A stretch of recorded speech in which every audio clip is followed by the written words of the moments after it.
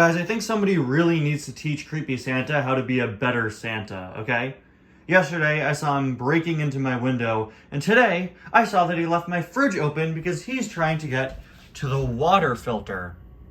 Santa, you're supposed to drink milk. This is water. Why can't you even get that right?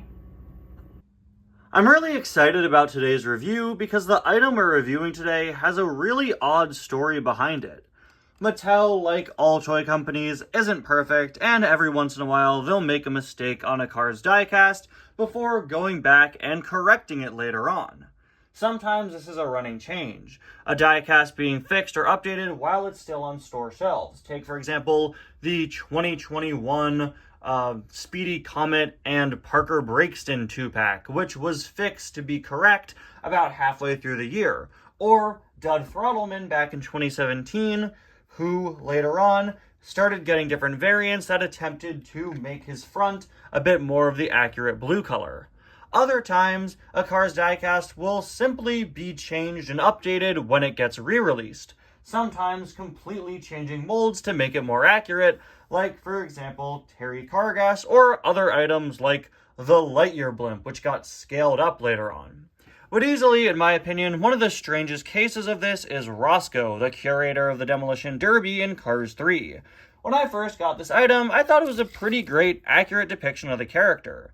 But then I watched a video regarding leaked 2018 Cars diecast and was shocked to hear that Mattel was already planning to make a corrected Roscoe, this time in the deluxe line. Yeah, it turned out that a car that I thought had no problems with it was actually pretty inaccurate, being significantly smaller than he should be, and also not having the accurate color covering on the back of his truck bed. I still find this as so odd, and I think a lot of that strangeness, in my opinion, comes from the fact that I had no idea the original Roscoe was so inaccurate, but I also find it so strange that Mattel jumped on this and fixed it so fast.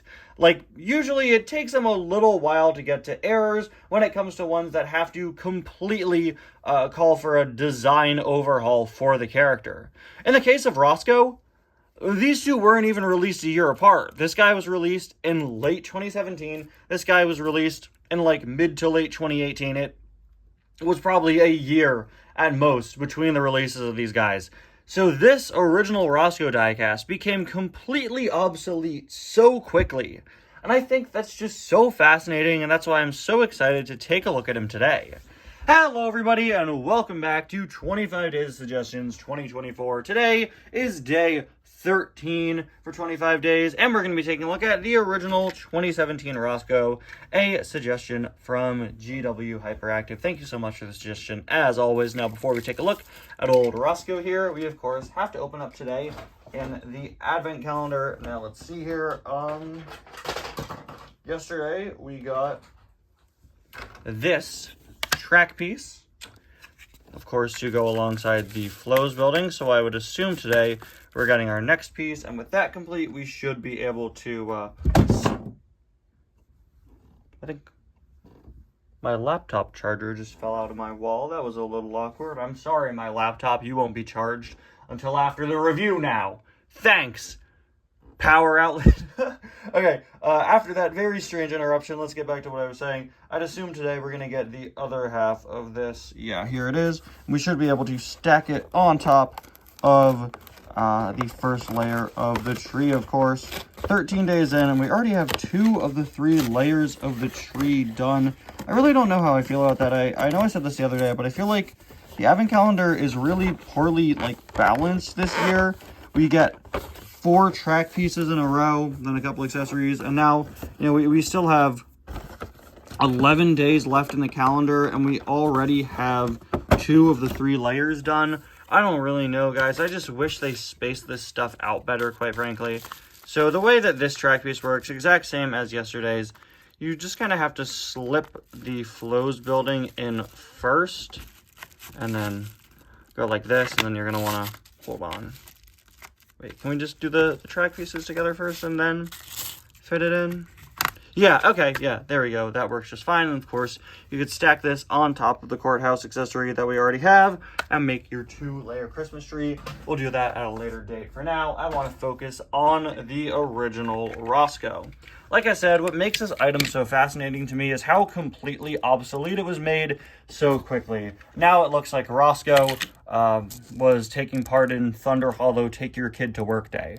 In all honesty, well, I don't think this original Roscoe diecast is bad.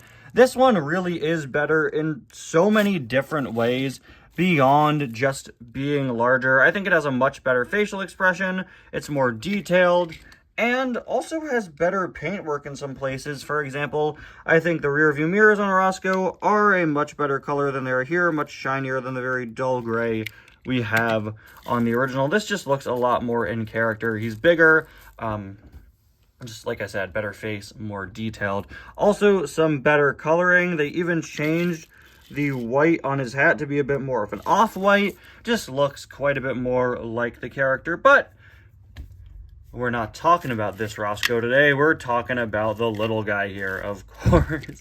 Honestly, it's adorable compared to the big Roscoe. Like, look at these guys. It's so funny to me.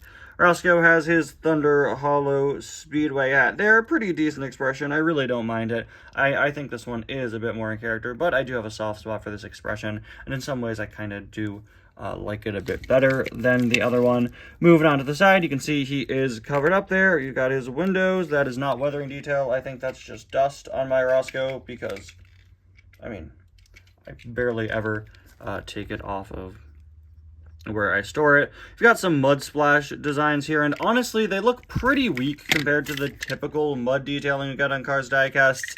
It's honestly not all that good either on the updated version of Roscoe. They almost look like fake muddy decals. Maybe he's an avid customer of four-wheel drive.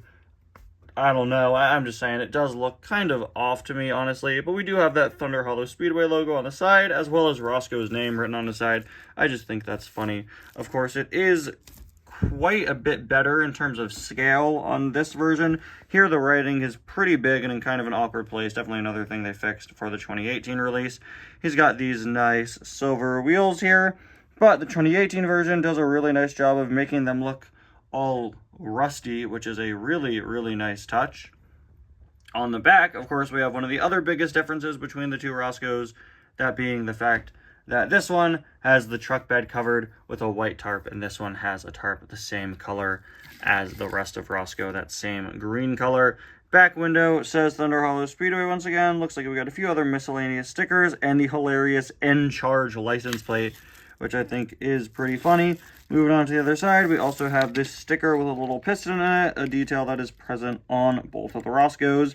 And finally, there is a look at the base. A diecast that honestly is kind of completely useless now, unless you never picked up the updated Roscoe. It's so strange to me, the story behind this car, and just how quickly it was corrected. While people were clamoring for corrected Terry Cargas and Paunchy Wipeout, I really heard nobody complaining about the original Roscoe. Maybe I was running in the wrong circles of the Cars fan base at the time, but I just think it's so funny. And honestly, I really appreciate how quickly Mattel realized, hey, this car isn't entirely accurate, let's redo it. It's just crazy to me how quick the turnaround time on that was.